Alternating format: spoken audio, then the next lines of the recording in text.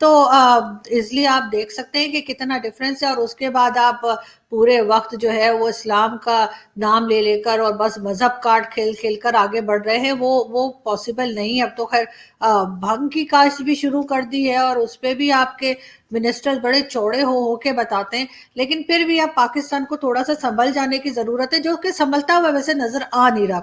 اس کی وجہ یہ ہے, میں آپ کو بتاتی ہوں کہ یہ دیکھیے, یہ جو پکچر میں آپ کو دکھا رہی ہوں, یہ چھوٹی سی بچی آپ کو نظر آ رہی ہے. یہ تقریباً 10 سال کی ہے اور روشنی اس کا نام ہے. سندھ میں اس نے اپنی پسند کی شادی کر لی, بقول ان کے مذہب چینج کیا, اور جیسے ہمارے یہاں ہوتا ہے کہ جی امپریس ہو گئی کسی سے اور شادی کر لی. پتہ نہیں, میں 10 سال کی تھی تو مجھے تو جیسے کہتے ہیں کہ کچھ دماغی میرا تو اتنا کام نہیں کرتا تھا کہ مجھے کسی سے پیار بھی ہو جائے. لیکن یہاں پہ بڑی بچیاں تیز ہو گئی ہیں اور یقیناً آپ لوگ سمجھ ہی گئے ہوں گے کہ یہ سب جھوٹی کہانی ہے اور ایسا کچھ بھی نہیں ہے. یہ وہی ہوا ہوگا کہ میاں مٹھو یا اس کے جیسے دوسرے کسی نے بچی کو زبردستی اٹھا کے لے گئے ہوں گے اور اس کا نکاح پڑھوا دیا ہوگا, کلمہ پڑھا دیا ہوگا. اور اب یہ کہہ رہے ہیں کہ جی 10 سال کی بچی جو ہے, یعنی 10 سال کی بچی, جیسے میں کہہ رہی ہوں کہ اس کو تو پتہ بھی نہیں ہوتا کہ یہ سب چیزیں کیا ہوتی ہیں, اس کو کہہ رہے ہیں کہ جی وہ کسی میں انٹرسٹڈ ہو گئی اور اس کے بعد اس نے شادی کر لی. عجیب عجیب چیزیں ہمارے یہاں لے کر آتے ہیں اور اس کے بعد ہم بات کرتے ہیں کہ جی ہم بڑا پروگریسو بنائیں گے پاکستان کو, اور اسلامو فوبیا ہو رہا ہے اور یہ فوبیا ہو بھی. اپنے کرتوت, اپنی حرکتیں ہمیں نظر نہیں آتی اور ہم سدھرنے کے لیے بھی تیار نہیں ہیں. خیر ہم بات کرتے ہیں, کیونکہ بات ہم آگے سے بڑھا رہے ہیں کہ اس طرح کے کیسز ہمارے یہاں رکنے والے ہیں نہیں, لیکن ہم بولتے رہیں گے. ہماری پوری کوشش ہوگی کہ ہم کسی طریقے سے اس چیز کو کنٹرول کر سکیں اور کسی طریقے سے کوئی تو ہماری بات سنے, کوئی تو اس میاں مٹھو اور اس طرح کے لوگوں کو جو ہے وہ اریسٹ کرے اور سزا دے. لیکن سب جانتے ہیں کہ سندھ میں اس کے اوپر پیپلز پارٹی کا آشیواد ہے اور اس وجہ سے اس کا کچھ بگاڑ نہیں پا رہا, لیکن پھر بھی ہم بولنا نہیں چھوڑیں گے. خیر ہم آگے بڑھتے ہیں اور ہم بات کریں گے جی شیخ رشید صاحب کی. یہ دیکھیں شیخ رشید صاحب, وہ ان کو دیکھ کے مجھے وہ سانگ یاد آ رہا ہے, کالر کو تھوڑا سا اوپر چڑھا کے سگریٹ کے چھلے, سوری سگریٹ کے دھوئے کا چھلا بنا کے, چھلے کا دھواں نہیں. تو خیر وہ میں تو ایسے ہی گانے گاتی ہوں, آپ کو پتہ ہے نا, ادھر کی لائن ادھر ہو جاتی ہے اور ادھر کی ادھر ہو جاتی ہے. خیر کوئی بات نہیں, سمجھ تو گئے نا آپ لوگ کہ میں کیا کہہ رہی تھی. ہر بات کے پیچھے مت پڑ جایا کریں میرے ہر چیز لے کر.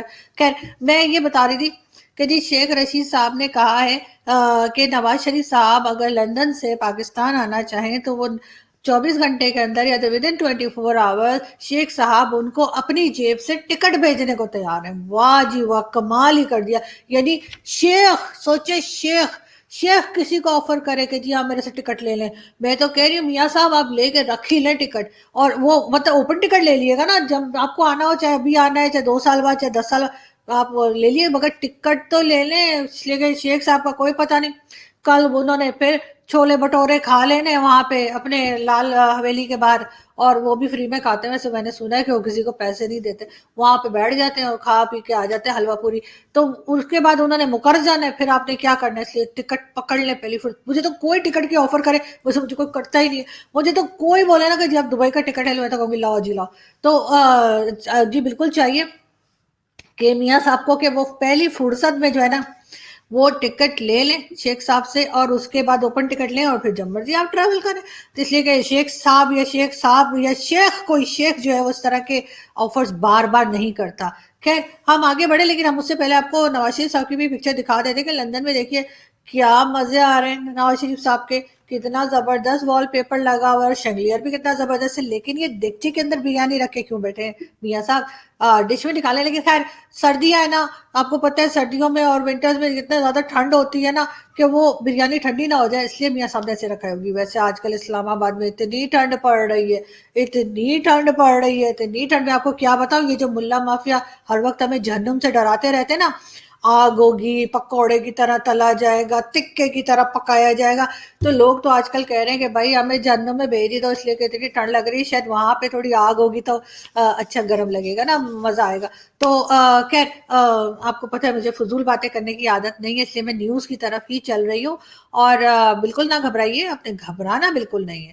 یہ دیکھیے ویڈیو. پارلیمنٹ سے اس کو پاس کرائیں گے, کیونکہ ہم چاہتے ہیں کہ یہ ایک بہت ہی پاکستان کی اکانومی کے لیے ایک اہم سٹیپ ہے, جس میں کہ ہم اگلے 2-3 سالوں میں بات کر رہے ہیں تقریباً 2 سے 3 ارب ڈالر جو کہ 5 ارب ڈالر تک بھی ہو سکتے ہیں، اور اسے جو ریلیٹڈ انڈسٹریز جو آف شوٹس ہوں گے اس کی تو کیلکولیشن ہی ہم نے ابھی نہیں کی۔ جی، یہ تھے شبلی فراز صاحب، اور یہ بتا رہے تھے کہ جو بھنگ کے پودے انہوں نے لگائے ہیں اس سے ہم 3 بلین ڈالر بھی کما سکتے ہیں اور 5 بلین ڈالر تک بھی جا سکتے ہیں، اور بڑا مطلب وہ بتا رہے ہیں کہ اس سے ہماری اکانومی بہت زبردست ہو جائے گی، اور بالکل اس کے بعد آپ کو پاکستان میں ہر کوئی یہی گاتا نظر آئے گا، دم مارو دم۔ خیر چھوڑے ہم آگے بڑھتے ہیں اور ہم آپ کو یہ بتاتے ہیں کہ جی جو نئے طالبان آئے ہیں نا، جو ہمارے لیڈرز کے بقول کے بڑے اچھے آ گئے ہیں اور بڑے شریف لوگ آ گئے ہیں، انہوں نے اب یہ کیا ہے جناب کہ سب سے پہلے تو ہم آپ کو پچھلی ویڈیو میں بتا چکے ہیں کہ جی فیمیلز کو جو ہے وہ ٹریول نہیں کرنے دے رہے، کہ نہیں جی آپ نے حجاب لینا ہے اور آپ نے جو ہے وہ کسی نہ کسی گھر کے مرد کے ساتھ جانا ہے، ورنہ آپ نہیں جا سکتے۔ تو اس کے علاوہ انہوں نے ایک کام اور کیا، انہوں نے اپنی جو الیکشن کمیشن کا آفس تھا، یعنی جو الیکشن کمیشن تھا طالبان کا یا افغانستان میں، اس کو ڈیزالو کر دیا پورے کا۔ انہوں نے کہا جی ضرورت کیا ہے، جب ایسا ہی آ جانا ہے ہم نے لوگوں کو مار کے بھگا کے، تو پھر ظاہر الیکشن کر کے تھوڑی آئے وہ، تو الیکشن کی کوئی ضرورت نہیں الیکشن کمیشن کی، تو پھر اس لیے انہوں نے ڈیزالو، بڑے عقل مند ہیں ویسے اس چیز میں، تو میں ان کو 100 مارکس دوں گی۔ میں تو کہتی ہوں پاکستان کو بھی آئیڈیا اڈاپٹ کر لینا چاہیے۔ وہ کس لیے؟ وہ اس لیے کہ جی ہمارے یہاں بھی جو الیکشنز ہوتے ہیں وہ کوئی ووٹنگ کر کے تو کوئی آیا نہیں ہوتا، آپ سب بھی جانتے ہیں، عمران خان صاحب ہو یا کوئی بھی آپ لوگ کیسے آتے ہیں، وہاں جاتے ہیں راول پنڈی اور گیٹ نمبر 4، وہ ہمارے دوستوں کو پتہ ہے، ہمارے انڈین دوستوں نے پتہ ہے کہ گیٹ نمبر 4 کا کیا ہے، اور اس کے ساتھ ان کو یہ بھی پتہ ہے کہ راول پنڈی میں کیا ہے۔ تو جی وہاں پہ جاتے ہیں اور اس کے بعد وہ کہتے ہیں ٹھیک ہے جی ایسا ہے کہ ہم آ جائیں گے، اور فوج جو ہے وہ نگرانی کرتی ہے الیکشن کی۔ حالانکہ میں نے پہلے بھی کہا ہے کہ الیکشن میں فوج کو نگرانی نہیں کرنی چاہیے، بلکہ الیکشن کے دوران جو ہے وہ فوج کی نگرانی کرنی چاہیے، اس لیے کہ یہ ڈبے اٹھا کے چلے جاتے ہیں، عجیب لوگ ہیں، ڈبے اٹھاتے ہیں، اور جس میں یعنی ہم لوگوں نے ووٹنگ کی ہوتی ہے اور وہ پیپر پڑے ہوتے ہیں، اس کے اندر بیلٹ پیپر پڑے ہوتے ہیں جسے جا کے کاؤنٹ کرنا ہوتا ہے، اور ڈبے اٹھا کے لے جاتے ہیں، اس کے بعد اناؤنس کر دیتے ہیں۔ تو اگر ایسے ہی الیکشنز ہونے ہیں پاکستان میں، تو یہاں پر بھی الیکشن کمیشن خواہ مفت کی روٹیاں توڑ رہے ہیں، تو الیکشن کمیشن آفس کو یہاں بھی ڈیزالو کر دینا چاہیے، اور جتنے ان کے امپلائیز ہیں، ورکرز ہیں، ان کو کہنا چاہیے کہ جی جائیے جا کے کوئی اور اپنا کام کاج کیجئے، اس لیے کہ یہاں تو ہم الیکشنز ایسے ہی کراتے ہیں جی، ہمیں پہلے سے پتہ ہوتا ہے، ہمیں تو 2 مہینے پہلے پتہ ہوتا ہے کہ کون آنے والا ہے، تو پھر الیکشن کرانے کی کیا ضرورت ہے؟ بس جائیے گیٹ نمبر 4 پہ جا کے سجدہ کیجئے، اور اس کے بعد پنڈی میں جا کے جوتے پالش کیجئے، اور بس بن جائیے جی منسٹر بن جائیے، چاہے سینیٹر بن جائیے، چاہے جو مرضی بن جائیے۔ تو اس لیے میرا خیال ہے کہ طالبان کا یہ سٹیپ بالکل ٹھیک ہے کہ ان کو الیکشن کمیشن کی کوئی ضرورت نہیں ہے، کیونکہ الیکشن کر کے تو وہ آئے ہیں، نہ ہی آئیں گے اور نہ ہی آ سکتے ہیں۔ تو بالکل پاکستان میں بھی تقریباً وہی کچھ چل رہا ہے کہ الیکشنز جب ہوتے ہیں تو جو لوگ لے آتے ہیں وہی لوگ پھر نکال بھی دیتے ہیں، وہی لوگ پھر بھگا بھی دیتے ہیں، وہی لوگ پھر لے آتے ہیں۔ تو ہمیں بھی الیکشن کمیشن کی کوئی ضرورت نہیں، ہمیں یہ پیسے بچا لینے چاہیے، مٹر چھیلنے کے یا مٹر خریدنے کے کام آئیں گے۔ آج کل ویسے مجھے مٹر بڑے یاد آ رہے، 2-3 دن سے میں نے پکائے بھی نہیں ہیں، تو نہیں آج پکاؤں گی میں مٹر، بہت اچھے بناتی ہوں، پتہ ہے آپ لوگ کھائیں گے نا تو کھاؤ گے آپ لوگ کے نا بالکل اوپر کا فلور جو ہے نا گھوم جانا ہے۔ خیر وہ چھوڑیے، وہ میں بعد میں بتاؤں گی، آپ کو ریسیپی بھی بتاؤں گی، گھر میں ٹرائی ضرور کیجیے گا، لیکن پہلے خود کھانے سے پہلے پڑوس میں کسی کو کھلا دیے گا، اگر وہ بچ جائے تو پھر آپ کھائیے گا۔ بچ جائے سے میرا مطلب ہے اگر اس کی طبیعت نہ خراب ہو جائے، اس لیے کہ میں تو بہت تیکھے بناتی ہوں، میں تو ہری مرچ بھی کاٹ کاٹ کے نا اس کے اندر ڈالتی ہوں، تو میں تو اتنے اچھا، سوری ٹھیک ہے سوری، یہ پولیٹیکل شو ہے، کوکنگ کا نہیں ہے، تو کوئی بات نہیں، پھر کبھی صحیح نا، میں آپ کو پھر کبھی بتاؤں گی۔ ابھی فی الحال ہم ایک ویڈیو دیکھتے ہیں تاکہ ہم ٹریک پہ واپس آ جائیں۔ میں نے تو بجلی کا بل جلا دیا، میری تو بجلی کٹ گئی ہے، میری بجلی کٹ گئی ہے، موم بتی میں گزارا ہوتا ہے، یو پی ایس بھی نہیں کام کرتا، لیکن میں خوش ہوں کیونکہ میرا یہ احتجاج ہے، میں وہ کام کر رہا ہوں، میں ہر اس پاکستانی کے ساتھ کھڑا ہوں جو بیچارہ آج بجلی کا بل نہیں دے سکتا، کیونکہ چوری کوئی کرتا ہے، قیمت بیچاری غریب عوام دیتی ہے، میں ان کے ساتھ آج کھڑا ہوں۔ جی یہ تھے ہمارے پرائم منسٹر عمران خان صاحب۔ جی بالکل یہ ایسی بہکی بہکی باتیں پہلے کیا کرتے تھے جب پرائم منسٹر نہیں بنے تھے، دیکھا آپ نے، کہہ رہے میں بجلی کا بل بھی نہیں دوں گا، میں عوام کے ساتھ بھی کھڑا ہوں، مجھے یہ بھی پتا ہے، مجھے وہ بھی پتا ہے، اور آج عمران خان صاحب کہتے ہیں مجھے تو پتا ہی کچھ نہیں، میں نے تو ٹی وی دیکھا تو مجھے پتہ لگا کہ مہنگائی ہو گئی ہے، میں نے تو ٹی وی دیکھا تو مجھے پتہ لگا کہ جو بجلی کے بل ہیں وہ بڑھ چکے ہیں، یعنی اس کے ریٹ بڑھ چکے. تو بالکل ورنہ خان صاحب پہلے تو اچھی خاصی باتیں کرتے تھے، لیکن اب عجیب سی بہکی باتیں کرتے ہیں. خیر ہم آگے بڑھتے ہیں اور ہم آپ کو جی کچھ اور نیوز بھی ہیں، بالکل آپ گھبرائیے نہیں، آپ نے گھبرانا بالکل نہیں ہے.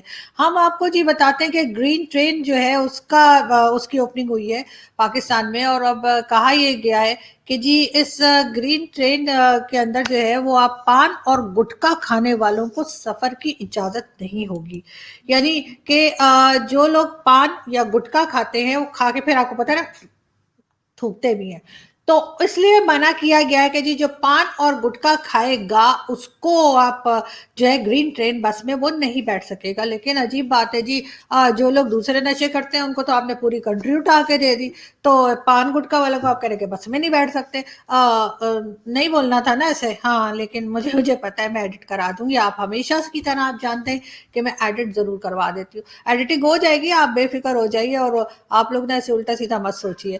خیر میں آپ کو آگے بتاتی چلوں کہ جی بالکل جس طرح سے آئی ٹی کی ہم بات کر رہے تھے، تو آئی ٹی میں بھی جو ہے شکر ہے کہ عمران خان صاحب کو کچھ خیال آیا کہ ہماری ابھی کوئی ایجوکیشن پہ کام ہو جانا چاہیے، لیکن ایسا کچھ خاص ہوتا ہوا ہمیں نظر نہیں آ رہا ہے. مگر پھر بھی دیکھتے ہیں کہ خان صاحب اپنی گورنمنٹ کے رہتے کیا کرتے ہیں اور کیا نہیں کرتے. لیکن ایک چیز کسی نے مولانا فضل الرحمان صاحب سے شیخ رشید کے بارے میں پوچھا، تو سنیے وہ کیا کہتے ہیں. مولانا صاحب یہ بتائیں کہ شیخ رشید صاحب ایک عرصے سے کہہ رہے ہیں کہ مولانا صاحب کے ساتھ ہاتھ ہو گیا. کون کہتا ہے؟ شیخ رشید. ان کے ساتھ کتنا ہاتھ ہوا ہے؟ جی تو مولانا فضل الرحمان کا خیال ہے کہ شیخ رشید صاحب کے ساتھ ہاتھ ہو گیا. اب کیا ہاتھ ہو گیا پتہ نہیں، لیکن ہم جاتے جاتے آپ کو جو ہے وہ آپ جانتے ہی ہیں شیخ رشید صاحب تقریباً ہر گورنمنٹ کے ساتھ ہوتے ہیں، اور ابھی سے ہمیشہ سے جو بھی پاکستان میں گورنمنٹ بناتا ہے شیخ صاحب جا کے اس کے لیے نعرے لگانا شروع کر دیتے ہیں. اور نعرے لگانے سے مجھے یاد آیا کہ میرے پاس ایک ویڈیو اور ہے. لیکن ناظرین آپ دیکھ رہے ہیں جے کے نیوز پوائنٹ، میرے یعنی ساحل اقبال کے ساتھ. ناظرین کرام اس وقت ہم موجود ہیں بمنا میں، اور یہ ہمدانیہ کالونی ہے سید محلہ جہاں پر ہم کھڑے ہیں، اور میرے پیچھے آپ دیکھ سکتے ہیں یہاں کے جو مقامی باشندے ہیں ان ایک بڑی تعداد میں جمع ہوئے ہیں اور انتظامیہ کے خلاف نعرے بازی کر رہے